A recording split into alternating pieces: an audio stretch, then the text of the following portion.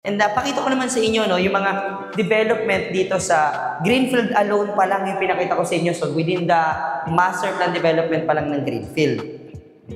And hindi pa natin napupuntahan yung mga other developments pa, like other master plan development in the area, Nuvali, number 1, Eden City, South Forbes Gulf City, Santa Elena City, and then, marami pang iba, no, mga stand-alone pa dito sa area. So, isa yun sa mga kinaganda dahil magkakatabi lang yung mga development ninyo. Yung mga residents ng itong master plan na minention ko is na-i-enjoy nila yung amenities ng bawat area. So, isa din sa mga reason why this is one of the top choice ng mga investors pagdating sa rental business is napakaraming opportunities, napakaraming mga buildings, commercial establishment, and also Technopark, napakalapit lang guys. Within 5 minutes away lang from here, the Zadia. So, ang topic natin today is about the rental business, no? Why this is good or this is kaakit-akit dun sa mga investors natin. Bukod sa every 15 units na nasosold dito sa Zadia is tumataas po